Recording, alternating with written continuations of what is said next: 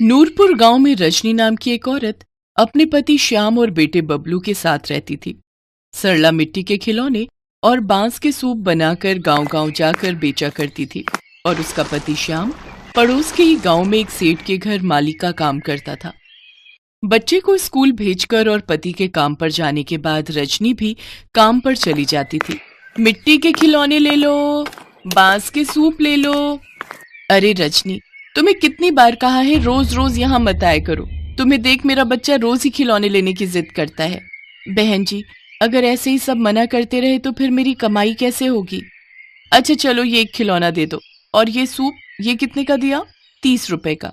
तो ये भी दे दो, कुछ दिन बाद छठ पूजा है, उसके लिए अभी से खरीद कर रख लेती हूँ। इस तरह गरीब रजनी की थोड़ी बहुत कमाई हो जाती थी। ऐसे ही दोनों पति पत्नी मिलकर अपनी गृहस्थी चला रहे थे। एक रोज जब शाम तैयार होकर काम पर जा रहा था तो रजनी उससे कहती है, मैंने आपको कितनी बार कहा है जी कि कुछ खिलौने सेठ के घर भी ले जाया करो। उनके घर पर भी तो बच्चे होंगे, क्या पता उन्हें खिलौने पसंद आ जाए। रजनी सेठ जी की 2 बहुएं हैं, लेकिन किसी के भी बच्चे नहीं हैं। वो दोनों बांझ हैं।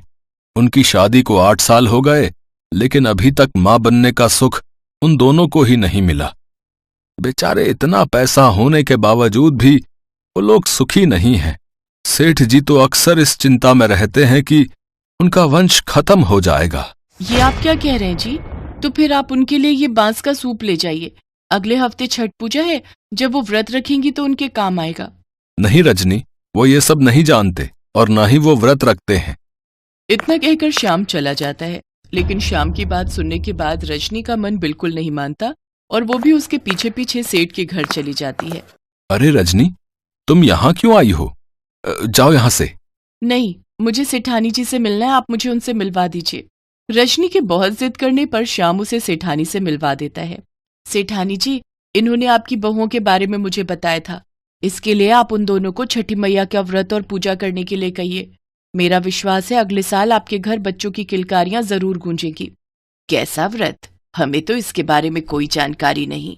सेठानी जी, ये व्रत मुख्य रूप से संतान प्राप्ति, उनकी अच्छी सेहत, पारिवारिक सुख समृद्धि और मनोवांछित फल की प्राप्ति के लिए किया जाता है।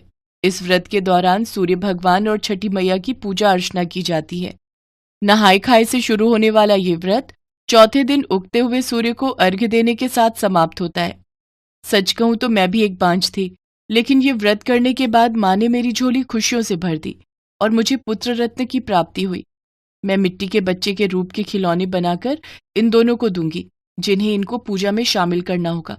देखना, इस बार छठी मैया इन दोनों की झोली खुशियों से भर देगी।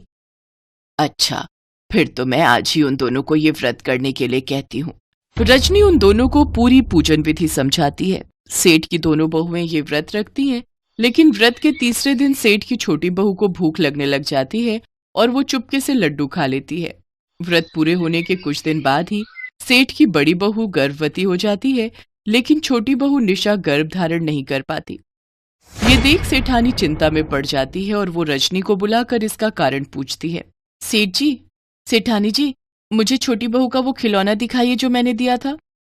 रजनी जब वो खिलौना देखती है तो निशा के खिलौने में दरार पड़ चुकी थी, जबकि बड़ी बहू के खिलौने का चेहरा मुस्कुराता हुआ था। इसका मतलब छोटी बहू की पूजा में कुछ विघ्न हुआ है। मुझे माफ कर दो माँ जी, मुझे बहुत जोरों की भूख लगी थी और मैंने ये व्रत बीच में ही तोड़ दिया था। ये सुनकर सेठ सेठानी को बहुत गुस्सा आया और उन्होंने उसे अपने घर से निकाल दिया। ये देख रजनी और श्याम उसे अपने घर ले आए। 1 साल तक निशा अपने पति के साथ उनके घर पर ही रही। फिर उसने साल भर बाद फिर छठ पूजा का व्रत पूरे विधि विधान के साथ रखा, जिसका उसे फल मिला और उसे गर्भ धारण हुआ और 9 महीने बाद उसने एक साथ 2 बेटों को जन्म दिया। रजनी और श्याम उन्हें लेकर सेठ जी के घर पहुंचे। सेठानी जी, इन्हें पहले ही अपने किए की काफी सजा मिल चुकी है। अब आप इसे माफ कर दीजिए और अपने पोतों के साथ अपना लीजिए।